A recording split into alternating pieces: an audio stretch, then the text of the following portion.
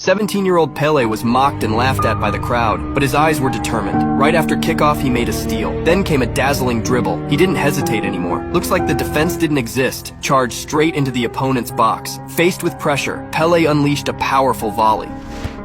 The crowd erupted. Fans in the stands couldn't believe it. This small kid had just scored. Then Pele was the center of attention. Effortless dribbles, flashy footwork, and another goal.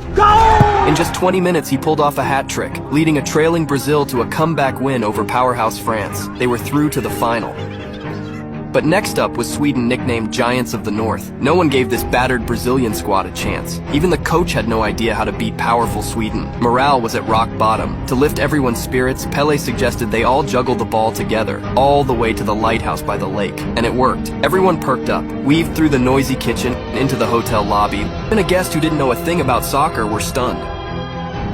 The coach watched it all and was deeply moved. He told the team, from now on there would be no tactics. Just play your hearts out and be yourselves. World Cup final, Brazil versus host nation Sweden. Every Brazilian gathered around their TVs hoping their heroes could pull off a miracle. But things got off to a rough start. Due to the previous outstanding performance, Pele became Sweden's marked man. Only 4 minutes after the opening was scored a goal by the Swedish team. The Swedish fans began to revel and they already celebrating what felt like a sure win. But then, Pele looked up and saw a small section of Brazilian fans in the crowd. Their faces were full of helplessness. That lit a fire in Pele's body. If you're not strong, no one respects you. So Pele started showing the world what Jogo Bonito really meant. Dribbling past defenders like they didn't exist, the crowd got to their feet. Then came a beautiful 1-2 with a teammate, and the ball found the net. Brazilian fans roared back to life. With Pele leading the charge, the whole team woke up. Nothing could stop them now.